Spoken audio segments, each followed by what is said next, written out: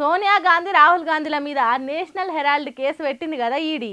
దానికి మన తెలంగాణ కాంగ్రెస్ లీడర్లకు మస్తు కోపం వచ్చింది. గాంధీ కుటుంబం కోసం కదం దొక్కిండ్రు, కండ్లు ఎర్రగా చేసిండ్రు. హైదరాబాద్లో ఉన్న ఈడీ ఆఫీస్కి పోయి ఇయ్యర మయ్యర కొట్లాట చేసిండ్రు. మరి మన తెలంగాణ కాంగ్రెస్ లీడర్లు ఎట్లా పోరాటం చేసిండ్రు, ఎవరెవరు ఏమేమి మాట్లాడిండ్రు అనేది చూడాలి కదా. చలో నడురు మళ్ళా.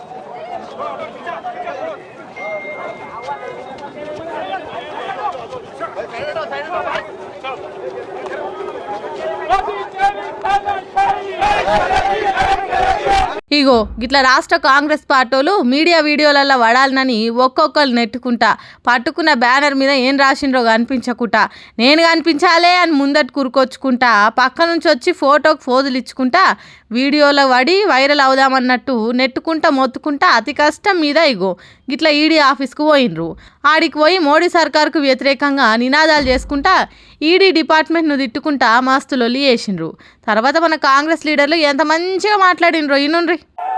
कल बोल रहा किशन रेड्डी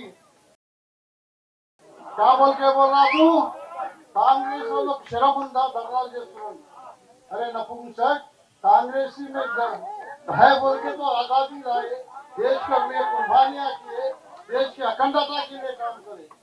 प्रिय नेता राहुल गांधी कन्याकुमारी से कश्मीर तक 4000 किलोमीटर पानी धूप आए तो भी फिर पाद यात्रा करे. చెవులతో నేనే మాట కాదు కాబట్టి బీపేసినాం కానీ ఓ కేంద్ర మంత్రిని పట్టుకొని అట్లా అనొచ్చా? మళ్ళీ ఎవరో తెలియని వాళ్ళు మాట్లాడితే ఏమని అనుకుందాం కానీ 2-3 సార్లు ఎంపీగా పనిచేసిన అంజన్ కుమార్ యాదవ్ ఈయననే ఇట్లా మాట్లాడితే ఎమ్మెల్సీ అద్దంకి దయాకర్ ఏం మాట్లాడిండో చూడండి. రాహుల్ గాంధీ గారిని రాజకీయంగా ఎదుర్కోలేక దొంగ కేసులు పెడుతున్నాడు మోడీ. నేనంటున్నా మోడీకి, ఏ మోడీ, బీజేపీ మోడీ బ్రిటిష్ వాడికే భయపడని కాంగ్రెస్ ఇది బీజేపీకి ఎంత భయపడుతుంది అనుకున్నాం అని చెప్పి ఈరోజు హెచ్చరిస్తున్నా. మోడీ, అమిత్ షా ఒక కేడీలు, ఈ దొంగలు ఇవాళ దేశం కొరకు ప్రాణాలు అర్పించిన కుటుంబం మీద కక్ష కట్టిండు దరిద్రులు. ఈరోజు ఎక్కడ మీ స్వాతంత్ర సంగ్రామంలో మీ పాత్ర? ఇవాళ సెంటు భూమి కూడా లేదు, ఇల్లు కూడా లేని కుటుంబం మీద ఈడీ కేసు పెట్టి ఇవాళ మీరు బెదిరించాలని చూస్తే ఇవాళ గాంధీ కుటుంబానికి మేము అందరం కూడా సభ్యులమే. అందరూ గుర్తుపెట్టుకోండి. నేను అంటున్నా 2029 లాస్ట్ మోడీ నిన్ను తన్ని తరిమేసే రోజులు ముందున్నాయి, గుర్తుపెట్టుకోండి. 2029 తర్వాత మోడీ ఉండేది జైల్లో. నేను అంటున్నా ఒక మాట, రాఫెల్ డీల్లో నువ్వు అనిల్ అంబానీకి ఇవాళ 45,000 కోట్ల రూపాయల హవాలా చేసినావు. మేము కనుక రేపు అధికారంలోకి వస్తే మేము కేసు పెట్టి నిన్ను జైల్లో పంపలేమా? దొంగతనం చేసింది మీరు, కేడుని మీరు. ఇలా రాహుల్ గాంధీ మీద, అమ్మ సోనియా గాంధీ మీద ఇలా మీరు కుట్రలు పండుతున్నారు.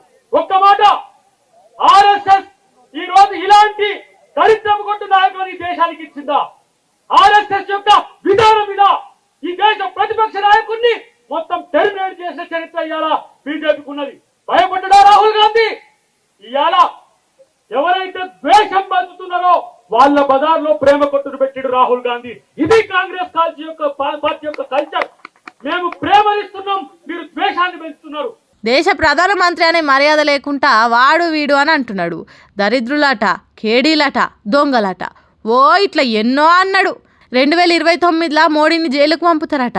తెలంగాణలో అధికారంలోకి రాగానే జైలుకు పంపిస్తాం అన్నోళ్ళని పంపినట్టు మోడీని కూడా పంపుతారు కావచ్చు. తర్వాత మంత్రి జూపల్లి మాట్లాడుకుంటా, దేశం ముక్కలు కావద్దు, కులాల పేరు మీద, మతాల పేరు మీద దేశ సమగ్రత కోసం చెప్పని కాశ్మీర్ నుంచి కన్యాకుమారి దాకా పాదయాత్ర చేసి దేశాన్ని ఒకటిగా చేసేటువంటి ప్రయత్నం చేయడం జరిగింది. ఈ మధ్య కాలంలో రాహుల్ గాంధీ గారు సమాజంలో ఉన్నటువంటి కులాల దామాస పద్ధతిలో ఉద్యోగాలైనా చదువులైనా వాళ్ళ హక్కు కులగణన చేపట్టాలని చెప్పని నినదించి ఇలా తెలంగాణ రాష్ట్రంలో ఏ విధంగా అయితే కులగణన చేయడం జరిగిందో అదే పద్ధతిలో ప్రధానమంత్రిని మోడీని హెచ్చరిస్తూ దమ్ము ధైర్యం ఉంటే భారతదేశం మొత్తంలో కూడా ఈ కులగణన చేపట్టి బీసీలైన అన్ని కులాల వాళ్ళు కూడా వాళ్ళ జనాభా నిష్పత్తి ప్రకారం వాళ్లకు రిజర్వేషన్ హక్కు కల్పించాలని నినదించడం జరిగింది. ఇన్నరా రాహుల్ గాంధీ అంటే మస్తు భయపడుతున్నాడట. అందుకే ఇట్లా వచ్చిరాని కేసులు పెట్టించి వాళ్ళని తిప్పల పెడదామని చూస్తురట. 100 మంది మోడీలు వచ్చినా రాహుల్ గాంధీని ఏం చేయలేరు అన్నట్టు చెప్పిండు. ఇట్లా ఒక్కొక్క లీడరు ఒక్కో తీరుగా మాట్లాడినరు. కానీ అంజన్ కుమార్ యాదవ్, అద్దంకి దయాకరు, జూపల్లి అసొంటోళ్ళు చెప్పిన మాటలే హైలైట్ అయినాయి. మరి చూడాలి వీళ్ళు ఈడీ ఆఫీస్ ముందు చేసిన ఈ యుద్ధంలతోని నేషనల్ హెరాల్డ్ కేసును వెనకకు తీసుకుంటుందో ఏమో అని.